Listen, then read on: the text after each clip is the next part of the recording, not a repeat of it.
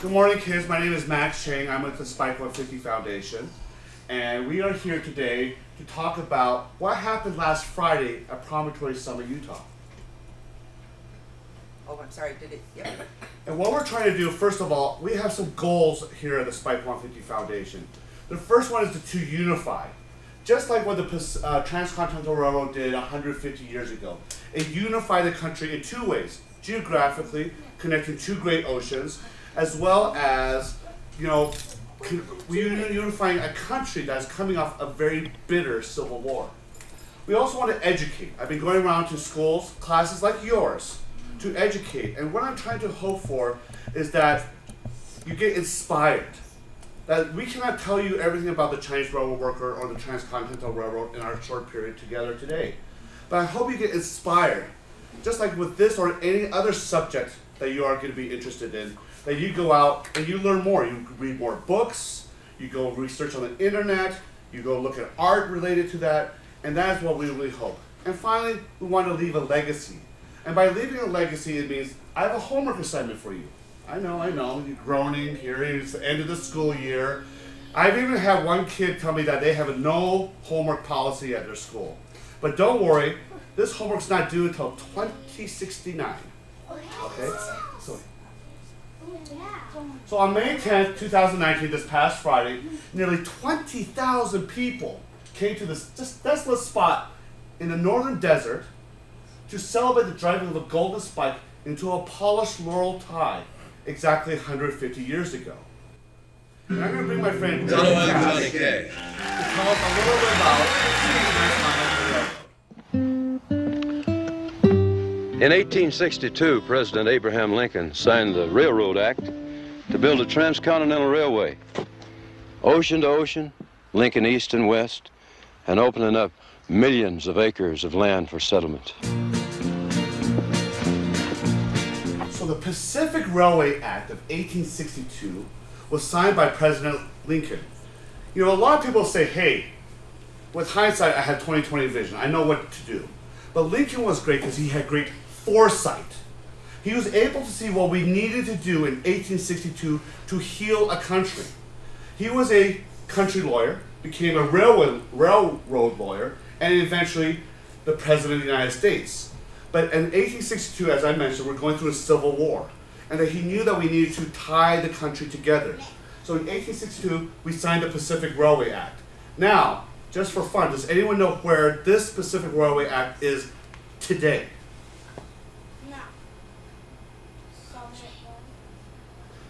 Summit, Promontory Summit? No, not Promontory Summit. That's a good guess. Where do you think it is today?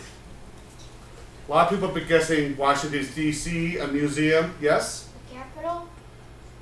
That's correct. That is correct. The capital of the state of Utah. We, Spike 150, has brought in the 1862 Pacific Railway Act because we feel it's so important for children like you and the rest of Utah to see this. And we're actually very lucky. It can only be shown every 6 months out of every 10 years. And we were able to bring it in. California wanted it, we got it.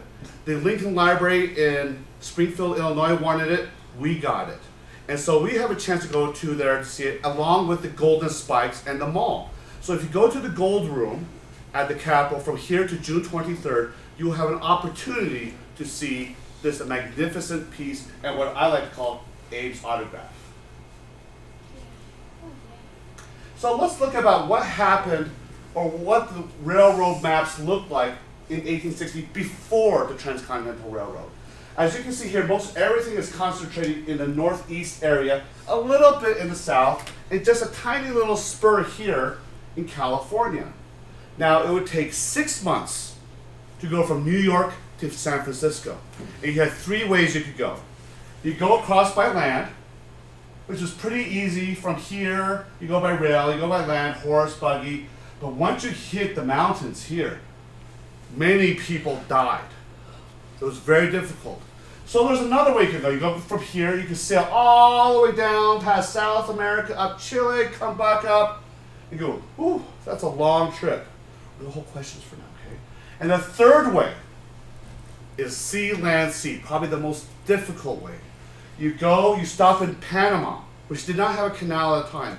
You would cross the Isthmus of Panama, braving malaria, wild animals, dysentery, and you get to the other side to the Pacific, and you hope, you're hitchhiking literally, hoping a ship will stop and take you on board to go back to San Francisco. So the railroad was very important. As we see on our next slide, that once we built this, it reduced it from 6 months or 26 weeks to 1 week. It reduced the cost from $1,000, which is about $20,000 in today's money, to $150 first class and $70 in economy. And what also, like I mentioned, it connected two great oceans, the Atlantic and the Pacific. But more importantly, it opened all this land for development and settlement, as Johnny talked about. And also we could bring goods, natural resources back and forth. And so this, in my opinion, without the railroad, the industrialization of America, and for us to become what we later become a world power, would not have occurred or have been greatly delayed without this railroad. Over the next few decades, like in 1880, we see that we've increased more, and this is where Utah starts becoming the crossroads of the West. Here, Idaho, through the town of Kelton, which you can still visit, it's a small ghost town now, started to develop. Next, we will see that he will over the whole crossroads of the West here, and that the Pacific Northwest really would not have been developed that well without Utah. And today, I believe that we are still, as we actually move on here, that in 2019 we had 250,000 miles. We are still the crossroads of the West, but not just by rail, but also by air. We're building this brand new airport in Salt Lake City that's going to connect us to the world. We're potentially building a new inland port that will also connect us to all these different parts. So Utah economically benefited really one of the most from this railroad. So let's move forward to the next slide. And we're going to talk about rolling to Promontory, Utah. The 1862 Pacific Railway Act gave the authority to create two railroad companies. The Central Pacific Railroad, which built it from Sacramento ultimately to Promontory Summit, and the Union Pacific, which went from Omaha to Promontory Summit. And Johnny's going to talk about, well, not talk about, he's better at singing about rolling to Promontory, Utah. Rolling on to Promontory, Utah, we are rolling through the prairie grass and a mountain pass, breaking trail for the rail and the iron wheel, tying east to west with a ribbon of steel. At Promontory Summit on May 10th, 1869, the last spike, a golden spike, was driven into a laurel tie. And from Omaha, across the Nebraska plains, over the Rocky Mountains of Wyoming, a distance of 1,086 miles, came locomotive number 119 to gently kiss cow catchers with locomotive Jupiter out from Sacramento, 690 miles away over the Sierra Nevada range. And around the nation was telegraphed a single word: done! Done! Now that, my friends, is what I'm going to officially call the first tweet of America. Because when they're building the Transcontinental Railroad, they're also building the telegraph. And when they tapped out the words done in Morse code, all of a sudden cannons went off in the harbors of both New York and San Francisco. And church bells rang across the country. We were truly united as a country, not just geographically, but metaphorically as one nation. And that was a really exciting thing. And as Johnny mentioned, the Central Pacific, starting in January 1863, built 690 miles. And the Pacific, Union Pacific, starting in July of 1865, a year and a half later, built 1,086 miles for a total of 1,776 miles, which I call it the most patriotic railroad in America. Because what happened in 1776? Yes. Not the ending of the Civil War. Civil War was after that. What do we do every July 4th besides eat a lot of hot dogs and shoot off fireworks? What do? We celebrate the 4th of July and shoot off fireworks. So what is the 4th of July, though? What exactly is the 4th of July? Yes?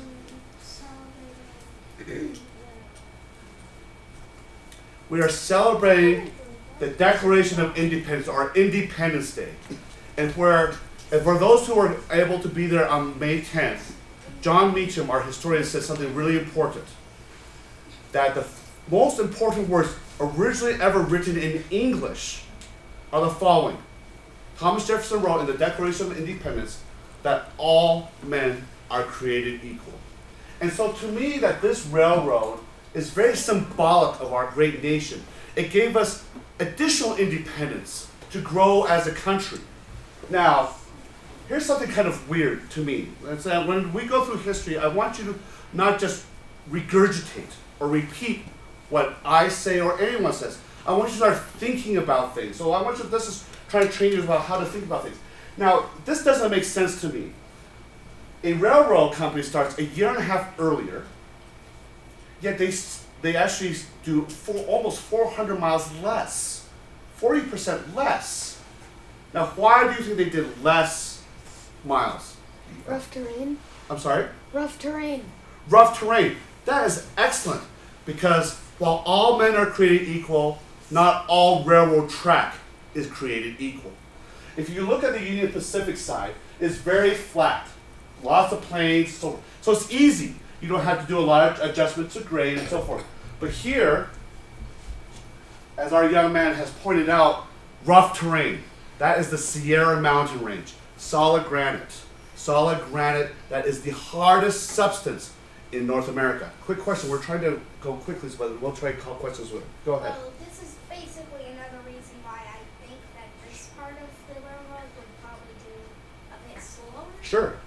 Probably because a shortage of resources. You know, this is excellent. You have a smart class, a shortage of resources. This is true because what you could do, you could bring the rail supplies by train to Omaha, because we already had a rail here, right? But what do you do about building here? What do you have to do?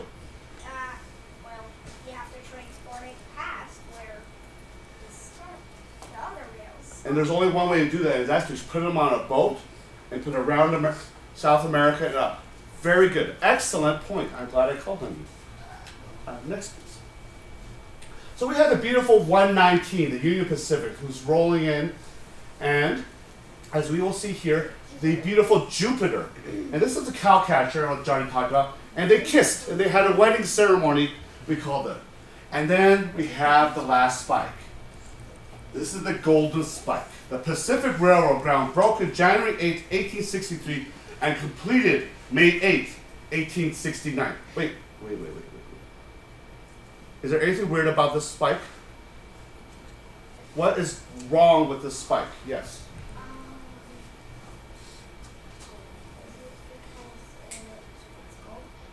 No, gold is good. Gold is always good. Yeah? It has writing on it. I'm sorry? It has writing on it. No, writing on it is right, but something is really unusual about the writing. Yes. It's 2 days early. 2 days earlier. What? May 8th? It's not May 10th. Have we been lied to this whole time? That's really May 8th and not May 10th? No, the spike is a fortune teller. The spike is a fortune teller?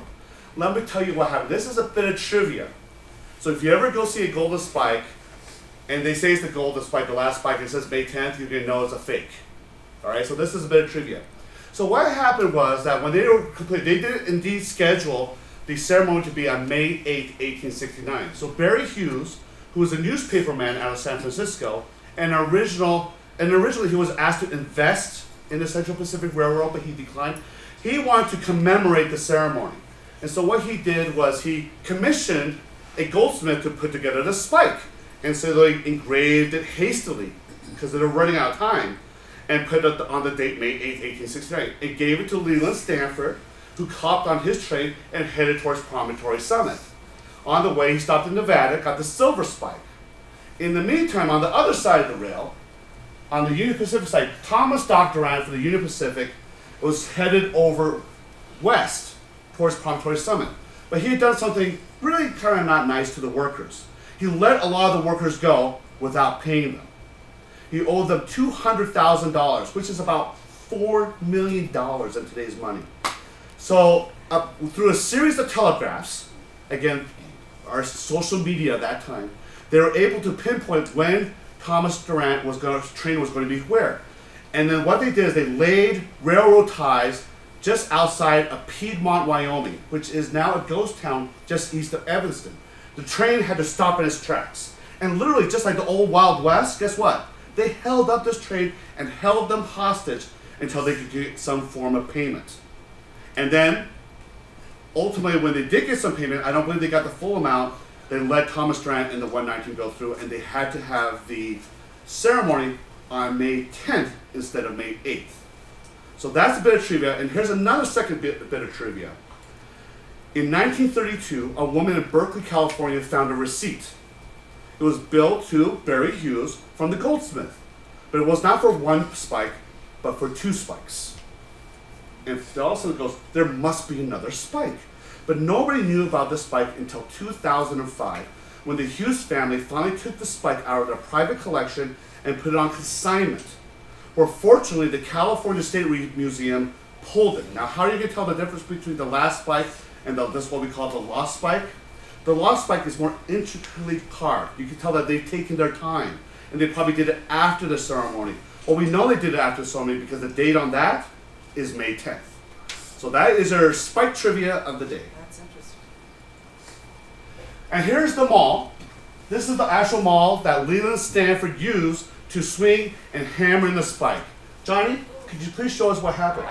Now, this is Leland Stanford. He's president of the Central Pacific from California. He was governor of California for 2 years, and he didn't get too much hammer swinging training.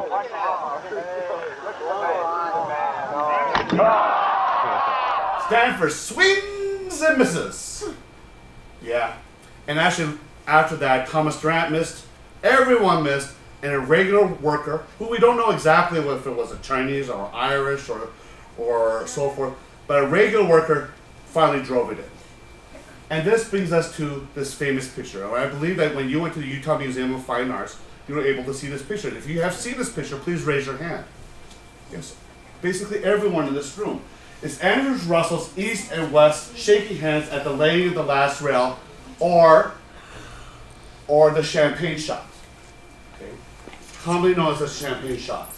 And this picture is really iconic, important, but there's an old saying that a picture tells you 1,000 words.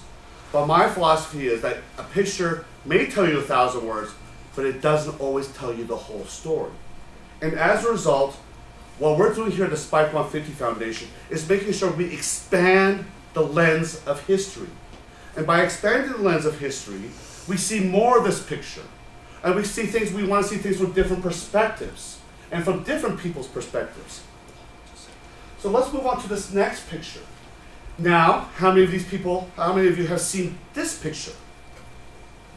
A handful, just a handful, even though it was actually in the museum. But the main focus was, of course, with that champagne shot. But look here, so we see a different view of the Jupiter. We can't really see we only see the smokestack really of the engine of the 119. And this is headed east towards Corinne, Utah, and the Wasatch Mountains. Now let's see this next picture. How many have seen this picture? Well, actually, a little few more than the previous picture, but just a handful. Now this picture is done by the same photographer on the same day, but gives us a completely different story. This is called The Chinese Laying the Last Rail on May 10, 1869 by Andrew Russell. And so what has happened was, before the ceremony, before the driving with the Golden Spike, the Union Pacific first had 8 Irish rail workers come in and carry in the rail as a ceremonious last rail. So they know that this is the last rail. And the Central Pacific had 8 Chinese railroad workers come in and lay a ceremonious last rail. And actually you can see a slice of that last rail at the Capitol, along with the spike and the mall and the 1862 Pacific Railway Act. We brought all those in so you can see these great pieces of history. And that's what happened. Now, what I contend is that May 10th, 1869 is an important day because that was the day we completed it. But it's a blip in the timeline of the Transcontinental Railroad. Things happened before and things happened after. So let's use our critical thinking skills, and this is really thinking out loud. So we have 8 Chinese railroad workers. Well, where did they come from? I mean, exactly from where in China? Why did they leave China? You know, and then what did they do when they got here? And then after this moment, did they stay? Did they go home? What did they do? What happened to them? And there's a great story for before and after. So we're going to fast forward 50 years. And 50 years, I'm looking at a newspaper here from May 11th, 1919. This is the day after the golden anniversary, or the 50th anniversary of the driving of Golden Spike. And I think by looking at newspapers and understanding the context of what is going on in our world is also very useful. So here we're talking about President Wilson may tour the United States in support of the League of Nations Pact. Now, you probably have not heard of the League of Nations yet, but that is eventually what we turned into the United Nations. And this is dated May 11th, as I mentioned, which is exactly 6 months before Veterans Day. And Veterans Day actually was Armistice Day, when that's the end of World War I. So it's kind of neat that all these things are tied together. And here, there's a headline here saying the driving of the Gold Spike is celebrated at Ogden. Not a promontory summit, but Ogden. Next. And so the Salt Lake Tribune put together this great camera story of the Golden Spike celebration at Ogden. And if we look at the first picture here, highlighted here is actually a replica of the Jupiter. The original Jupiter was actually dismantled by the end of the century because they're using it for parts. They actually didn't think it was important to keep this for historical purposes. And that, again, with hindsight, they probably would have said, oh, we should have kept it. But they needed those parts, so we have a replica. The next picture we want to highlight is this woman here who was actually the first white woman born in Ogden, Utah. So Ogden wanted to celebrate both the future and the past, so they celebrate the past. And they had this young baby, I think being held, what I presume, a Native American woman.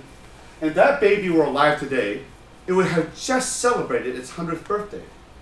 And our next picture I'd like to highlight is here in the bottom right corner, where this gentleman is from the Washakie Nation, probably a chief, which is north of Promontory Summit. And he rode his horse down with full headdress to be part of this very inclusive parade. But the picture that is interesting to me the most, that's related to our subject today, is the next picture. And here we go. Now, who do you think these 3 people are? Yes. Chinese immigrants. They are Chinese railroad workers. And you know what's even more interesting than that? Do you remember those 8 people that laid that last rail in 1869 on May 10th? 3 of these are 3 of the 8. They were still alive 50 years later. They were still in Utah. So we know, next slide. We know that, for example, we know their names. Jing Tu, Wang Fuk, and Li Shao. These are 3 workers. They stayed in Utah. They probably worked on the railroad their entire lives. And they were celebrated. And the Tribune wrote, today they had their day of glory. And then there they are on a modern day float of 1919. I know you guys think, wow, that's really old fashioned. But the motor car, this is now we're transitioning to the motor car, or the horseless carriage. And this float was celebrated. You had all the paint, you can see the stars and stripes on the float, 1869, and they're actually on a hand cart. And the hand cart is something where they would push and they would go along the rail to maintain the rail, to fix things. If there are loose spikes or broken railroad ties, or something that's come loose, they would use that to go up and down the rail to fix it. And I love this particular quote as I read it. All 3 were hale and hearty and seemed pleased as boys with a holiday, one of the first of their long lives. Being so honored was a bit strange to them, as the aged men were shy with embarrassment when the crowds they passed burst forth in cheers. Now she sends chills down my spine, thinking about these Ogdenites, as these guys are going down Wall Avenue, presumably in front of Ogden Union Station, and they're cheering them on for what? For not only building the Transcontinental Railroad, but also building Utah and building America. So let's rewind now. We fast forwarded, but let's rewind past, before May 10th, 1869, and let's think about where did the Chinese come from? Now, they came from China, that's pretty clear, but why did they come from? Now, being in the Sierra Mountains is solid granite, as we mentioned, and people would go work, and they would chip, and they would get like an inch a day through that mountain. At best, inch or two. And it was hard work, so a lot of them, they lost workers who wanted to rather go find gold. And so Charles Crocker, who was the head of the Central Pacific, went to James Strobridge, the chief engineer, so to speak, or the chief operator guy. And he said, why don't we try some Chinese workers? And Strobridge was totally against it. Those Chinese guys, they're too small. They're only like 5 foot tall, maybe 110 pounds. Like, we're much bigger now. I'm probably like 2 Chinese rail workers now. And they're not going to be able, they don't even speak our language, they can't do this. And then Charles Crocker says, they did build the Great Wall of China. So they tried out 50, and they worked out remarkably well. They worked as a team, they were strong, they were efficient. And so they went and tried to grab as many Chinese workers in California as they could, but there weren't enough. So they sent recruiters to China, to the Pearl River Basin area, where Hong Kong is, and to the Guangdong province. And they went primarily for 4 counties, Taishan, Taiping, Xinhu, and Anping counties. Counties are like Salt Lake County, Weber County, Davis County, and our province is like states like Utah, California, and so forth. So we have to understand, well, why would they come here? Why would they leave home to a place that has snow, and they don't have snow, they don't speak the language? Why would they leave? So we should understand what was happening in their country. We had a civil war going on in the United States, and our population was about 30 million people at a time. I want you to remember that number, 30 million people. And then, for example, Utah today has about 3.1 million people. So almost 10 times the population of Utah today. So in China, there was a thing called the Taiping Rebellion, their civil war against the Qing dynasty. In that rebellion, 30 million people were killed. So that's the entire population of the United States killed at this. As a result, there was a lot of poverty. There was a lot of famine, starvation. People needed to save their families. They didn't want to leave, but they had to leave. And that's what I call push factors. Okay? And that has happened not just in China, but in many instances across the world. In fact, across the world at the same time, there's something called the potato famine happening in Ireland. And a lot of workers got pushed out of Ireland, metaphorically that is. They had a need to go somewhere to find a better life. And it's kind of interesting that they eventually met in Utah from different parts of the world. So then there's what I call pull factors. Okay? Why did they choose America versus Japan, Australia, Europe? Any guesses? Yes. Equal rights. I'm sorry? Is it equal rights? Equal rights. We're a free country. Equal rights is great. May not help them feed them as much, but no. Any other suggestions? Guesses? Okay. Anyone here knows what happened in 1849? I'm going to give you help. Anyone here? Yes? Gold. Gold! Eureka! There's gold in them hills. And in fact, the Chinese called San Francisco Gamsan, or Gold Mountain. That they knew that there's gold in those mountains. And they imagined, they praised like us thinking of winning a big jackpot or something, or a lottery or something like that. And then they say, wow, I could go to Gamsan, and I can fill my pockets with gold, line my jacket with gold, fill my bags with gold, and I go home and I can live as an emperor. And that is what draws. And if we go back, like for example, my parents came to America in 1964 from Taiwan. And many of you, like for example, raise your hand if your parents were not born in America. Okay? Raise your hand if you were not born in America. Just a couple. Okay?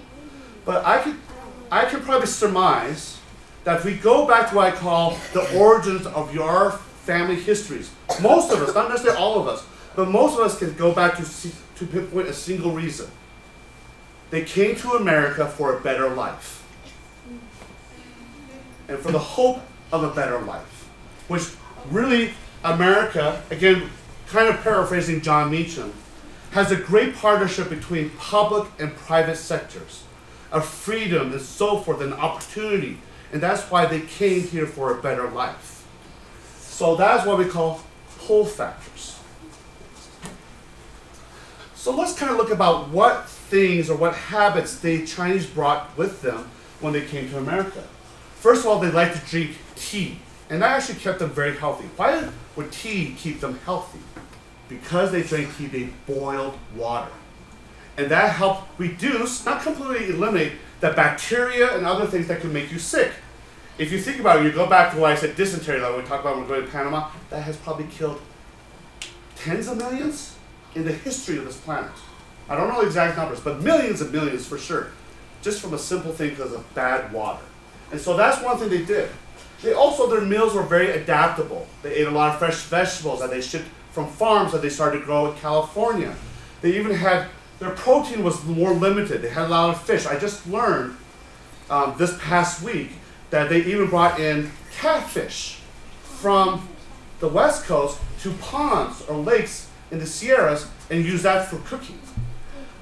They had a lot of pickled goods or dry goods. And so those things, by keeping a balanced meal, kept them healthier. So if you, for example, are a railroad owner, okay, and you have a choice of hiring someone who is sick all the time or healthy all the time, you're going to choose Healthy. Yes, I know, I'm Captain Obvious once in a while, but that's really makes a lot of sense.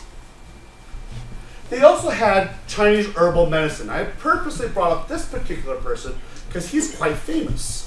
And we have quite famous descendants from him. And Yi Fengcheng is a herbal medicine doctor. And Governor Leland Stanford, when he was governor of California, his wife Jane Stanford came down with a lung ailment. And she was very ill, and none of the Western medicines would work. So they went to his store, the Chu Key store, and said, hey, could you please help Mrs. Stanford? So he concocted something, I don't know exactly what it was, gave it to her, and over time she recovered. And the story goes, as I read, like this. Neither Governor Stanford nor Jane Stanford or any of the staff members cared to learn his name. That whenever they referred to him, they just called him Chu Ki. Now let's put it in context today. Let's say you have a very bad cough, and you go to the pharmacy like Walgreens, and the pharmacist says, okay, here's the cough medicine that'll heal you. Instead of thinking, thank you, Dr. Smith, the pharmacist, you call him or her, thanks, Walgreens. Now, Makes no sense. it doesn't make sense, right? And I had a mentor once in my life who told me a very wise phrase, which I want to share with you. He said, Max, there are two things in your life that no one should ever take from you. One is your life, and two is your name. Your name is you, and only yours. So that's why we try to avoid making fun of someone's name. Or that's what at least I do. Let's, for example, what's your name? Leo, what's yours? Selena. And yours? Kiwi. Yours? Yours? Okay. Now, for example, let's say that you were Chinese railroad workers, you came here. And instead of calling you Leo and so forth and so on, we just all called you John Chinaman. Or let's say we reverse it. We all go to China. And instead of calling Max or so forth, we're all known as John American or Jane American. How does that make you feel? Uncomfortable. Uncomfortable. What else? Upset. Upset. Maybe sad. Sad. Because your name is lost. And this theme of not knowing or not caring to learn somebody's name is a common theme that we'll see throughout this particular lesson. Next. The Chinese also face what we call pay inequity. Now, this side of the room, you guys are Irish workers. This side of the room, you're Chinese railroad workers. Oh, yeah. Each of you, and I'm the foreman here. I'm the foreman. My name is Chang, the foreman. I'm paying each of you $1 Oh, thank you. for a day's of work. Great. But guess what, Chinese railroad workers? Pay me for your food. Pay me for your tools. Pay me for your housing. And you pay me for taking your money. I don't do this for free. I gotta get paid. Now you Irish, guess what? Here are your tools. What? Here's your food. Here's your housing. And guess what? you don't have to pay me for giving all you these things. So in the end, you get about $1 and you get about 67 cents. What? How does that make you feel? Chinese. How about Irish? Upset that you're not being treated fairly. Now there's some kids in some classes that said, yeah, I'm Irish, I get paid more. And then I flip it immediately and say, okay, you're Chinese now. They go, oh. I'm Irish. Oh, that's excellent. I'm Irish as well. Okay, great. Okay, exciting here. But here, one thing you also see in the exhibit at the Capitol is that Deloitte Hansen, the owner of Real Salt Lake, is a great coin collector. And what he has provided for us is a great visual, as I like to say, of how people got paid. These are 1869 coins. This is $31 worth of coins. And that is what the Irish took home per month. This is $26 worth of coins. And that's what the Chinese took home per month. Now you can physically see the difference. It's tangible. It's real. The difference of pay. Why? That is something I never want to tell you. I want you to think about why you think this happened, so that you will learn not to do this for others. Now, is this problem gone? No. Unfortunately, it's not. Here in the state of Utah, at least from our last report, that women get paid for the same job on average 30% less than men. So that's really unbelievable. Okay? And so we need to think about this, that if Thomas Jefferson's words are true, which I believe they are true, that all men are created equal, and when we say men, it's really all men and women, that we need to work towards that every day. Okay? We should never be satisfied. Did you know that next year, in 2020, we're celebrating something pretty remarkable? And remarkable in the sense I can't believe that it's only 100 years that the women had the right to vote in this country. So maybe your teacher's grandmothers, great-grandmothers, or your great-great-grandmother actually did not have the right to vote 100 years ago. And actually Utah is one of the first states, if not the first state, to actually grant women the right to vote, although they had to rescind it when they became a state. And hopefully you'll be learning that in your 4th grade classes next year. Next slide. 5th. Oh, sorry. The 4th grade classes of this school, because, you know, 4th grade is where you learn Utah history. So we talked about the workers. Now let's talk about the owners. Now they've invested money. They've taken a lot of risk. They deserve to get paid. So let's look at, for example, Stanford. $50 million. Crocker, $300 to $400 million. Is that a lot of money? Yes. It's not just a lot of money. That's in $1869. And for every dollar, it's worth about $20. So in fact, Stanford was worth about $1 billion. That's B, billion with a B. Crocker, $6 to $8 billion. And you guys are getting paid $1 a day and 67 cents a day. What? So here's also another thing. This is a 1869 nickel. It's worth about $1 today. In the old days, we used to have the nickel store, then the dime store. Now we have the dollar store, right? Yeah. And by the time you reach my age, it's probably going to be the $20 bill store. That's called inflation. And I also want to show you something, and I think this is a great picture. Photographs, again, can tell us so much. Yes, they can tell us 1,000 words. They may not tell us the whole story, but this tells us a part of this big picture. Here are these tents. The Chinese lived in the tents, which you paid for, by the way. If you cross the tracks, literally on the other side of the tracks here, these cars here are sleeping cars for the Irish. So that, and back here is where they have a store for the Chinese, where they can buy their foods and supplies. And I think everyone can buy some foods and supplies. And that followed along with the workers. I also like to use art to kind of depict what they did. And the Chinese took on more dangerous jobs. And this, I believe, is at Cape Horn, which is just west of the Sierra Mountains. And they had built this bridge, and it was a little bit too tight. It's a really narrow area, so they had to widen it a little bit. And again, they didn't know what to do. So the Chinese went to the foreman and said, hey, guess what? We actually built the Great Wall of China. Remember that? And they said, we have an idea. And so you look at this picture, what they did is they had these baskets, and I would be like, they would lower them down in baskets, and they would chisel away and shave off the sides of the mountains. And sometimes they had to drill holes and put black powder or nitroglycerin, light it, and then hope that his buddy up there is going to pull him up in time before, boom.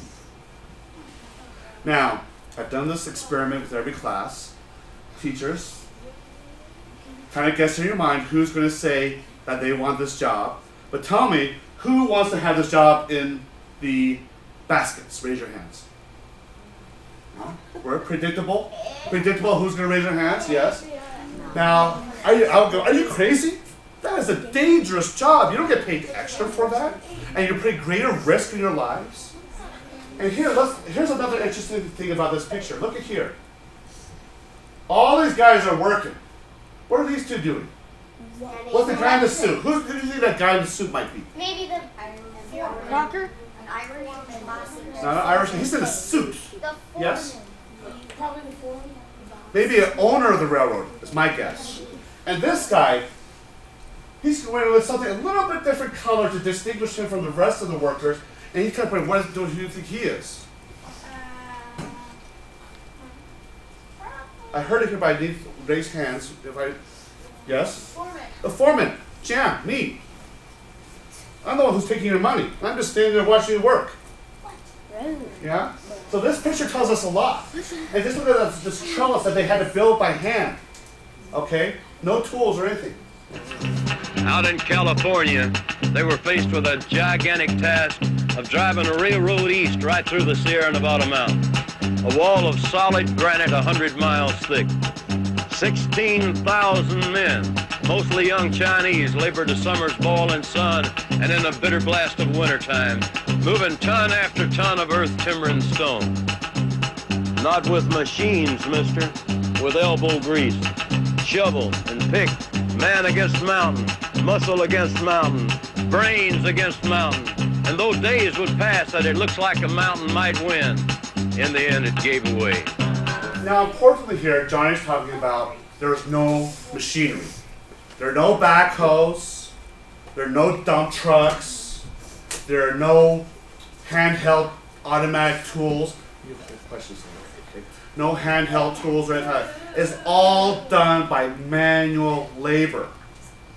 Now, I don't know if any of you have been driving up and down I-15 recently up to Ogden, but right now the Union Pacific is replacing a lot of their railroad ties. And before the old days, we even had a friend who was riding with me.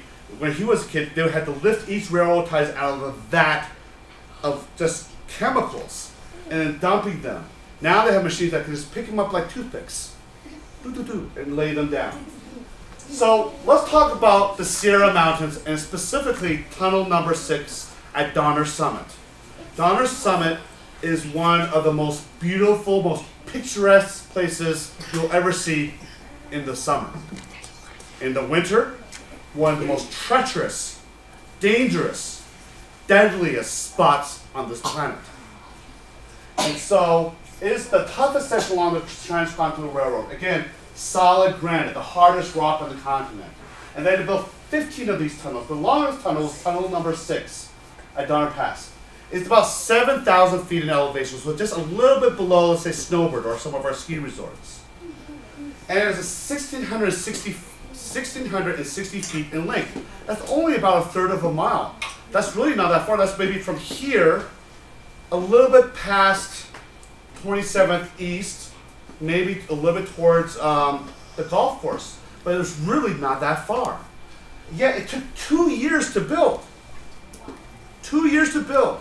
And here is a piece of, it's kind of a riddle, but it's something I want you to think about. They were going so slow, they ended up having to build this tunnel from 4 directions at once. Now tell me, how do you build a tunnel 4 directions at once? Yes. 2 in the middle, 2 on the sides. What do you mean by 2 in the middle? Like maybe they could dig straight down, and then once they get to the very exact spot they want to do, they want to this way, and people on the outside went this way. Well, that is amazing. So you are the last class I'm teaching for this school year. I've taught 1,200 students. You're only the 4th person to get it right. And by the way, I've also taught 250 teachers for professional development. 0 of them got it right. So you, congratulations. So indeed, they had to do it 4 directions at once. And what we had to do is first they started from the west end, going east. And they're chipping away, blasting away, 1 or 2 inches a day at best. So they go to the other side. They're being paid by the mile. They don't have time to do this. And they do it. And they're going and going and going, and not enough. So they went in the middle, just like you said. They drilled a shaft down the middle, and then went inside out. So you've heard about, sometimes you have to have a solution outside the box. Well, this is a solution that you need to do inside the mountain. And here's a diagram that shows you. From west to east to west, and then from the middle they dug down, and they went from inside out. Now think about this for a second. You excavate this. It has to go somewhere. How do you get it out? You have to get it out by manually carrying out of the mountain, the top and out. And they had the workers in the winter, the Chinese railroad workers, stay here the entire winter while the Irish went back to Sacramento to be in California. And this was actually very cool. They would, how sometimes we get an inversion here and we don't see the sun. Can you imagine being in a cave for 2 to 3 weeks at a time? I don't like this. So let's go to the next slide. Not only did they have to deal with the geology of the mountain, they also had to deal with, excuse me, this is a great video that shows us the tunnel and that shaft. One of the most difficult challenges was Summit Tunnel. At 1,660 feet, it's the longest of 11 tunnels carved by the Chinese through the Sierra on either side of Donner Pass. So the progress was really slow and painstaking, and because the tunnel took about a year and a half to build. Yeah, it was less than 2 feet a day for the most part. So you can still see the drill holes that they drilled here for the blasting powder, and these were all drilled by hand. And it was a 2-man team, and you'd have one guy holding the drill bit and turning it as they go, and the other guy hitting it with the hammer. Over here's another really good example of one of the drill holes. You can see this whole cut going down the rock here. When they got to the desired depth, they would fill it with black powder and later nitroglycerin, and then wire them together and get out and then blast the rock face. And then after it had cleared, they'd come back in and muck out all the rock that they had blasted out and then go through the whole process over again. Some of these guys undoubtedly had worked in the gold mines in California and already had experience with this type of excavation technique. So here's the shaft. Wow, that is incredible. I've always wanted to see this. Yeah, they started excavating the tunnel at the west end and progress was slow, so they jumped over to the east end and started excavating from that direction and still weren't making fast enough progress. So then they dug this shaft down from the top into the middle of the tunnel and then started working east and west from here. So they were working 4 faces at the same time. And when they finally all met up, they were within 6 inches of where they wanted to be. That's unbelievable. It really is. So it would have been really dangerous work as well. In the drilling and then collapses, rocks falling in, blasting accidents, especially the nitroglycerin was super unstable. Now, 6 inches. 6 inches at 1,660 feet is approximately 20,000 inches, or about 80 times the length of this room. And they're only off by this much without any specialized instruments or tools. And that is what I call a very, very minute margin of error. That's amazing that they could do that. Let's move on to the next one. As I was starting to say, not only did they have to deal with the geology of the Sierra Mountains, they had to deal with Mother Nature. And as I mentioned, in the winter, the Donner Pass is one of the most dangerous, unforgiving places on this planet. And not only that, they had some of the harshest winters in history, on recorded history. They had 44 storms averaging 18 feet a storm. Now remember, when we had that, we all closed school early this year, I think the first week of February. We had, at least at my house, probably 13 inches at most. And we closed school. That's almost 18 times more snow in one storm. And they didn't close the tunnel work. Sometimes the snowdrifts, because of wind and so forth, the buildup was 60 feet. This is about 9.5, 10 feet. So imagine snow almost 6 times the height of this room. By that time, the railroad bosses were very smart.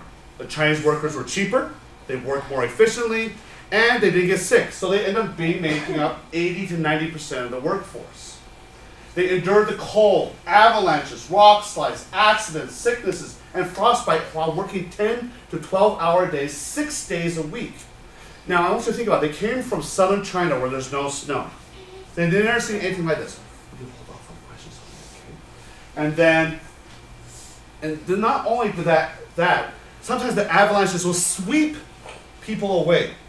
And their bodies are not found until springtime, still frozen, still clutching those tools that you had to pay for.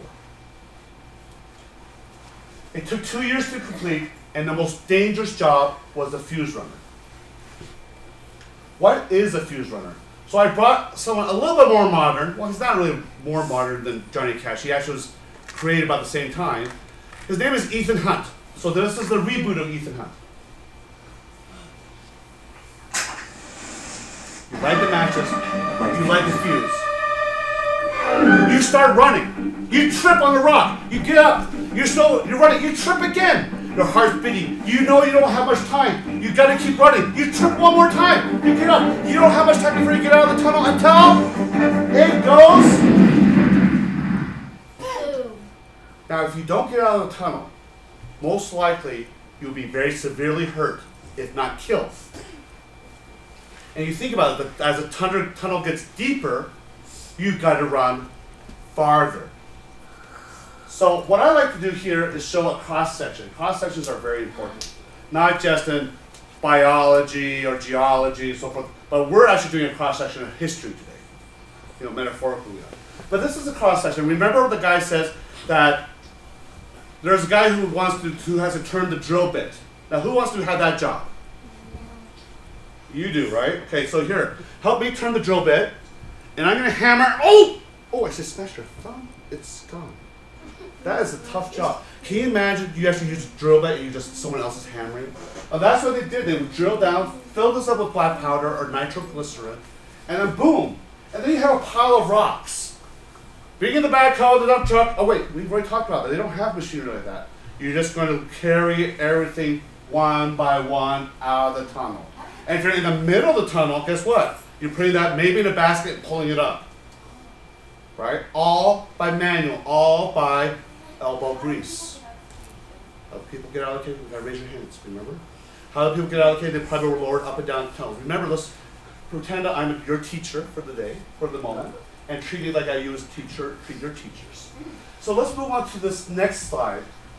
So we brought in a musical. Again, I believe art is so important for us to help understand what it may like to be in the shoes of a Chinese railroad worker for even just a moment. And this particular scene is called Fuse Runner, the song. And one particular, there's a father and son who are coming up the hill. They're new to the camp. And the Irish foreman has already said that one of you, either one of them becomes a fuse runner or one of you will have to become the fuse runner.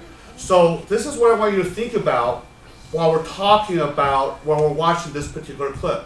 A, why is the camp trying to convince one of them to become the fuse runner?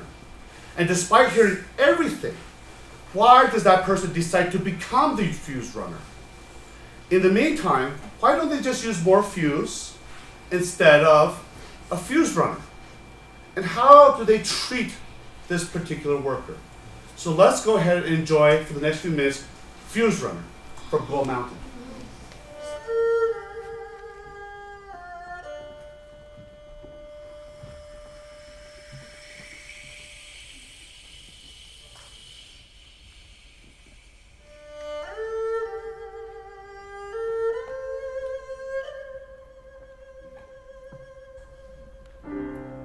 Brother, are you fast? I don't understand. Can you run? Run like the wind, no like lightning. He can chase down any runaway water buffalo on our farm. I can run, but my father... Don't worry about me. Your father will have plenty of work to do. But you, can you run? Yes, fast. Why? There is a job. Not enough. It is dangerous. Last one died. You get paid extra. There's lots of rest time. Yeah, you can rest in peace. It's a good job, but dangerous.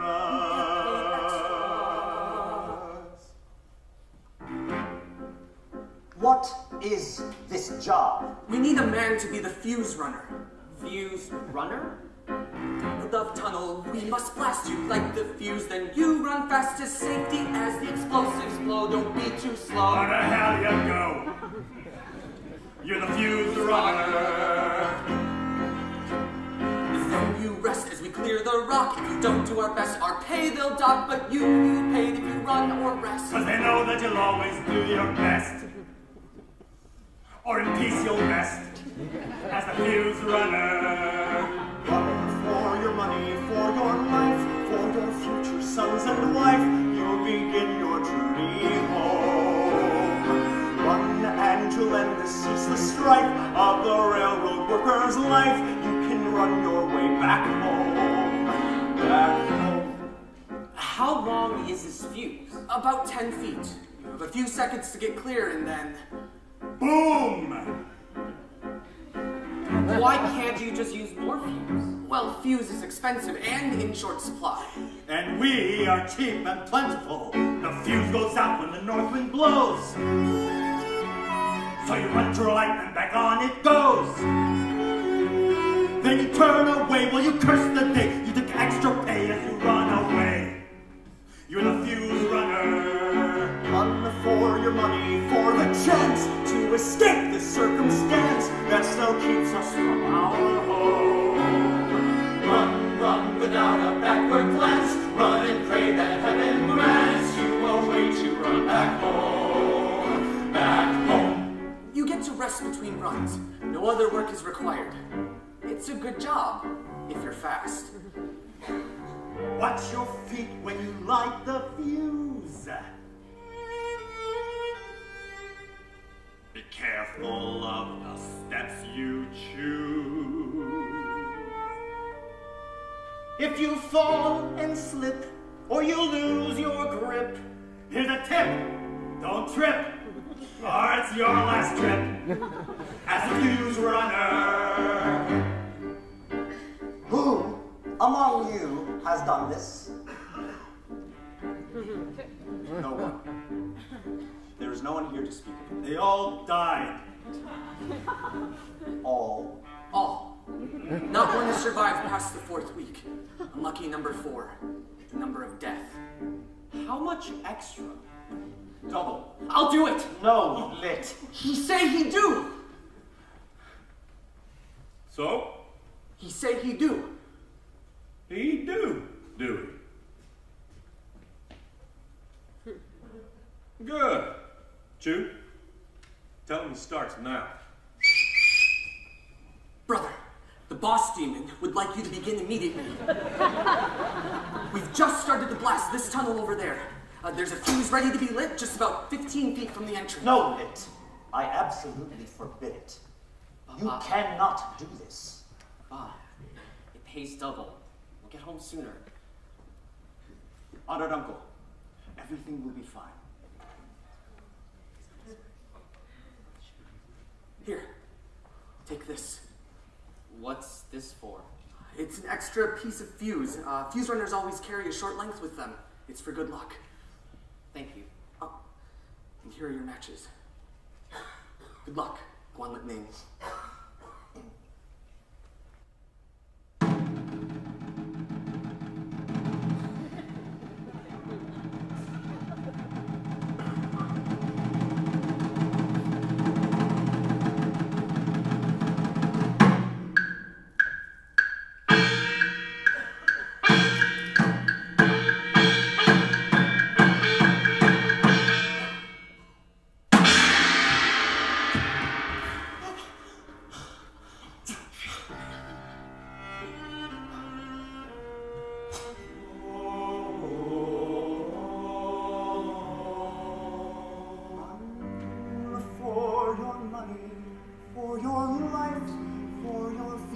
sons and wife you've begun. Your journey home. And you'll end the ceaseless life of the railroad worker's life. You will run your way back home. Back home, back home, back home.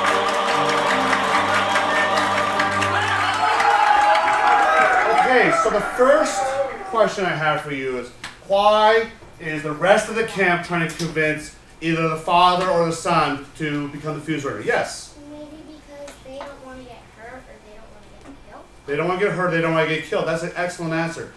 So they've explained to them that the rest of them had died. Then why did Lit, the young person, take the job? Yes. Well, maybe he thought he was faster. Thought he was fast. Yes. He wanted to get paid. You want to get paid? Yeah. The job paid double the money. Job paid double money. You know, one of the best answers I heard in the last few days is because he needed to take the job, or he thought he needed to take the job, because he did get paid double. Why was it so important for him to get double? What did he want to do? Yeah. He wanted to live his life, he wants to find the easier way to live life through, with money, because he gets paid double and double is better. Because where does he want to go? Where do they want to go with the money once they get enough money? Yes? Back home. So let's listen to these lyrics very carefully. Run for your money, for your life, for your future son or wife and wife. So they're talking about doing it for their family. They want to go back home. They want to escape the circumstance of a railroad worker's life, of working so hard against this mountain, right? It's not a fun and easy job. So Lit takes what we call a gamble. He doubles down, saying, well, if I get paid double, we can go home twice as fast, right? That's the idea behind this. Now, how did, let's say, for example, once he agreed to it, and Hagen, the Irishman, comes over and checks him out. How do you think he treats Lit? What does he look like? Almost like he's treating him. Do you remember he goes like, he checks his knees? Almost like someone would check livestock or a horse race or a racehorse. Now, here's a question. I think Lit asked a really great question. Why don't you just use more fuse? What was the answer? Yeah. That it costs too much money. And it's in short supply. And you know what? Wong's our resident student in the subject. He's the guy in red with the big puffy beard. What does he say in response once he learns that, once he says that fuse is short supply and expensive? What does Wong say? Just run for your life. A little bit different. He says, and we are cheap and plentiful.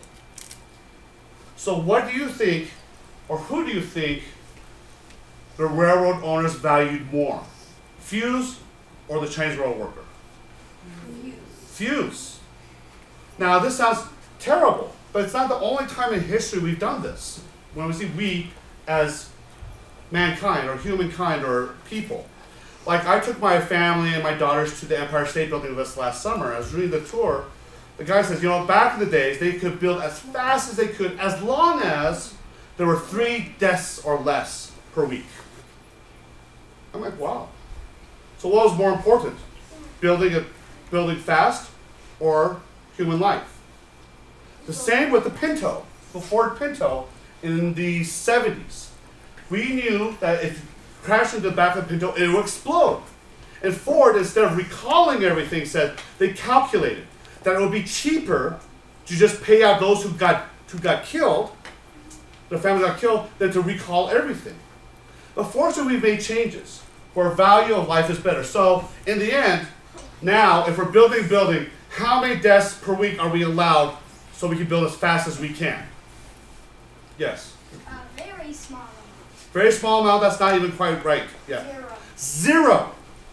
0 fatalities. Now, I know that's mostly used with a highway safety thing, but 0 fatalities. I'm in real estate development. I do not want any accidents, especially any deaths on any of my projects. We follow safety. It costs us more money. But guess what? That's the right thing to do. And that's what we learn over time. And that's why you should learn what we have done in the past so you know we don't make these mistakes again in the future. Next slide. So here we are. They finally finished this treacherous mountains of the Sierras, and they're now in the deserts of Nevada and Utah, which is all flat. And as Johnny says, nothing can stop them now. Next slide. Sorry about that. Rolling, rolling, on the promontory Utah we are rolling. It was a big job, and it needed men that could think a mile high and 3,000 miles long. And it needed muscle. It took Irishmen laying ties and spiking rail and singing and cussing every mile. It took Chinese imported by the shipload, and they challenged the high Sierras. They came on, tunneling the mountains, bridging the gorges, hammering their way across the prairies. One day they set a record. They laid over 10 miles of track between sunup and sundown. Nothing could stop. The 10-mile day is one of the most remarkable feats along the Transcontinental Railroad, where they laid 10 miles of track in one day. Now remember, the Central Pacific was only doing 1/3 of a mile per day on average because of the mountains. Now why on earth, on April 28th, 1869, just 10 days before the scheduled ceremony, would they want to lay 10 miles of track in one day? They have plenty of time to finish that. Why would they want to do that? Let's give me some guesses. Yes, in the back. They wanted to win the race? They wanted to win the race. They already knew where the stop point was, so they didn't really, it wasn't going to matter who was going to get there first. Yes? Well, they wanted to make it easier for the other side by making it to where the stopping point was less farther. The stopping point was already determined to be a promontory summit. And why would they want to make that easier for the other team? They were in competition with each other. Yeah. All right. Yeah, one more guess. Because they work harder because it's not mountains. Not quite.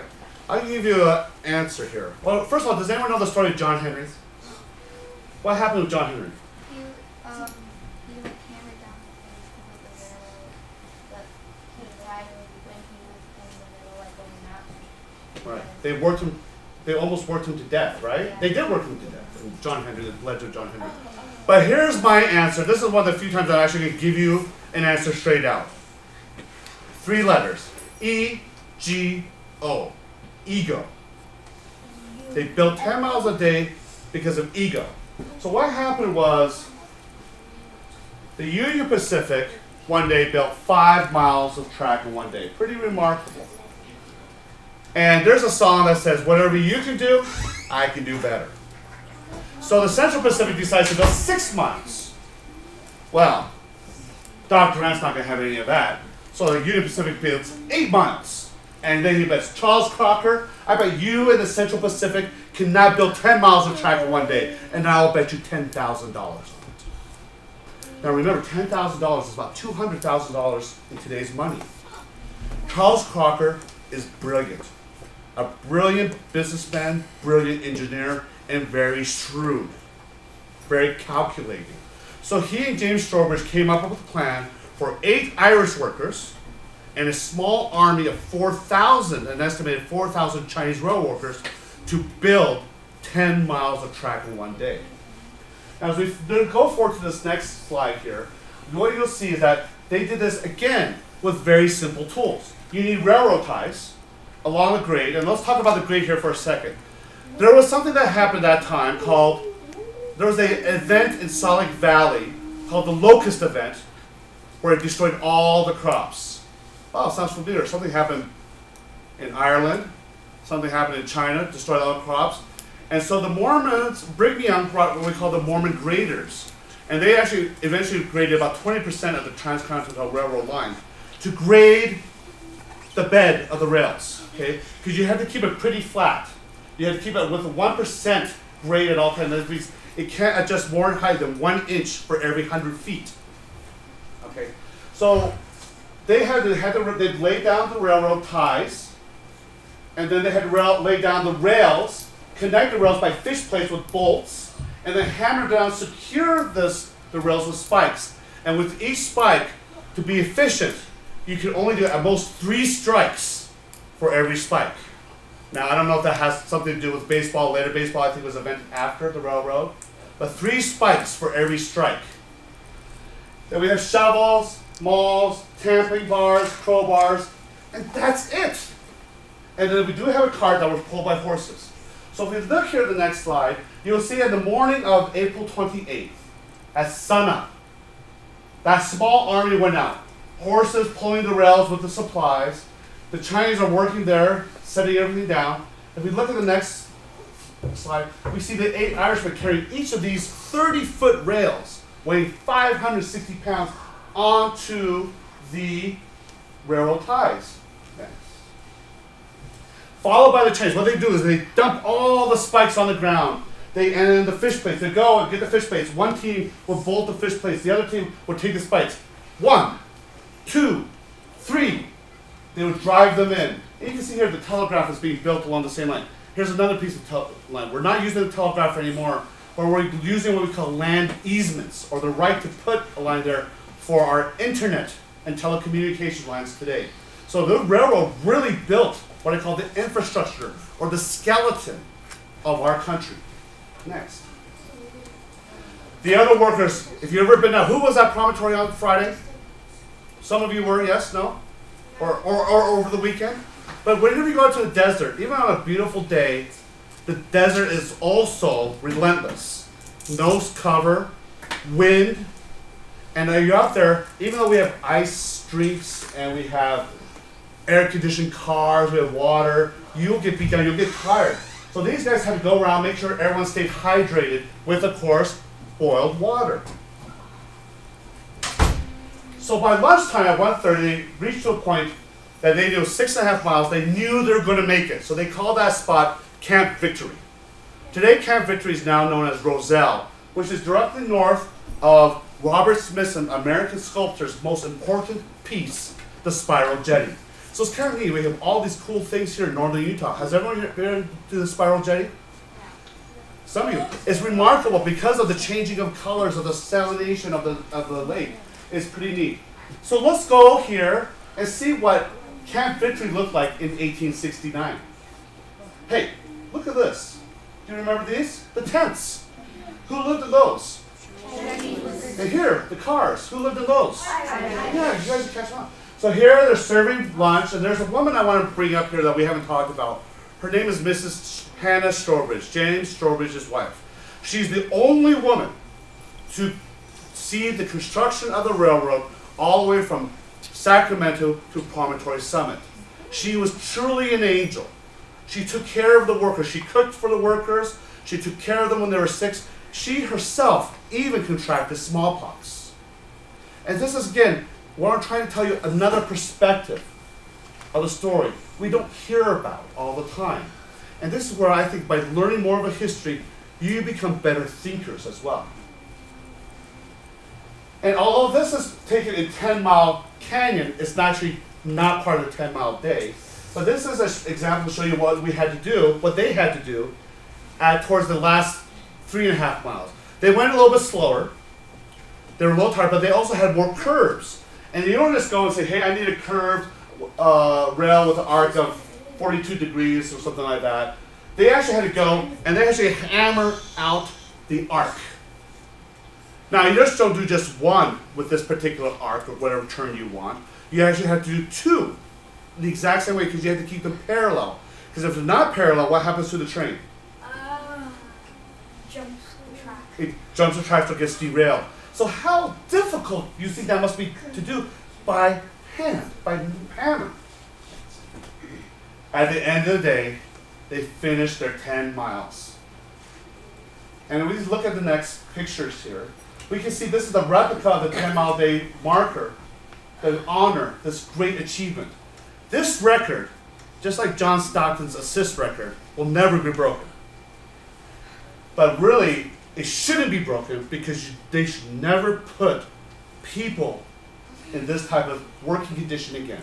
This is like putting 4,000 Chinese and 8 Irishmen in John Henry's shoes for 12 grueling hours. If you look at the next slide here, I love stats. I think stats are great. And these stats here, so these statistics here, are remarkable. First of all, they built 10 miles and 56 feet of track in one day. That's actually going from here even past the airport, Salt Lake Airport, in one day. 25,800 railroad ties. Like I said, you're driving up and down I-50, you see these piles of railroad ties. There might be 150 railroad ties there. So you just imagine that we're talking almost 200 times each of those piles for the number of railroad ties they use for a day, and they all were carried by hand. 55,000 spikes times 3 strikes per spike is 165,000 strikes at a minimum that they swung, the Chinese railroad workers swung. 14,080 bolts that they had to tighten. 3,520 30-foot rails, again weighing 560 pounds, carried by the 8 Irish workers. That's nearly 2 million pounds. The total weight of all materials was 4.462 million pounds. And each of those Irish railroad workers carried, on average, 250,000. That's 250,000 pounds of iron in one day. Now imagine, you have a 5-pound dumbbell, 5-pound dumbbell. You pick up that 5-pound dumbbell, you carry it a certain distance, you set it down. Easy? Yeah. Do it 50,000 times in one day. 50,000 times in one day. And that, I hope you get a sense and feeling of how incredible, astounding, mind-blowing that this accomplishment was. So let's move on to our slide here. We know the names of our 8 Irish railroad workers. Thankfully, we know their names. We know the foreman, these great 8 men. And they got paid a whopping $4 bonus, 4 times a one day's pay, while Charles Crocker was being paid $10,000. So $32 in total out of that $10,000 were paid to the Irish. All those thousands of Chinese railroad workers, still known as John Chinaman. And yes, I'm sorry, that's not a donut. That's just a big fat zero in their bonus. So $32 out of for 4,088 workers, 4,008 workers approximately. While Charles Crocker, whether he got paid or not, because there's some dispute whether he actually got, that Thomas Durant actually paid the bet. Knowing Thomas Durant, he probably reneged. But nonetheless, that is remarkable. It's something for you to think about. For me, as I run a business, if someone does a good job, we give them a bonus. We give them incentives to do a good job. So here, unfortunately, you can't see it very well. This is the sign, but this is the original sign. It's actually in terrible shape right now, unfortunately. It's been abused by both weather and man. There's a shotgun, the relentless western sun, holes and so forth. But this now brings us to your homework assignment. You don't need to write anything down. I just want you to incorporate this into your DNA.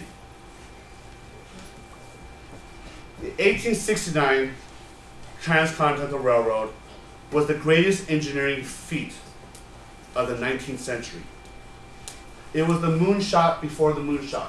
And I chose this picture on purpose rather than using the champagne shot. This is Thomas Hill's painting. It was done or redone, but it includes Chinese railroad workers here, Irish workers here laying it, Leland Stanford, Thomas Durant, others, the people of the telegraph pole. And this is facing, based on this telegraph pole, we know they're facing east. These are the Wasatch Mountains here, Corinne's over here. It's a beautiful painting. We've got the tents. We've got the flag of the U.S. at the time. It tells a lot of this particular story. But this is 100 years in a couple months prior to something we did incredible in 1969. It's one small step for man, one giant leap for mankind.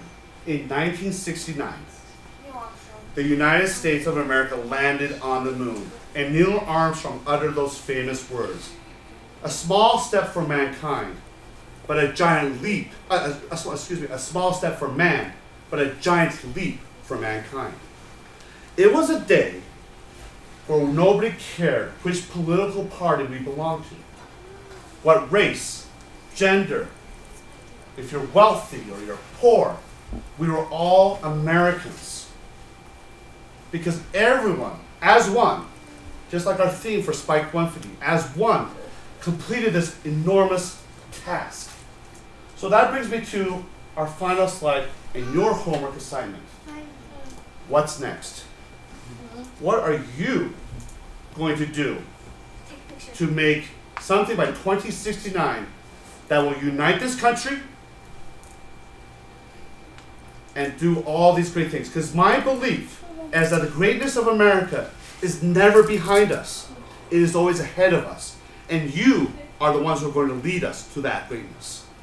I really thank you for your time to learn about the Transcontinental Railroad and the Chinese railroad workers. And have a great day.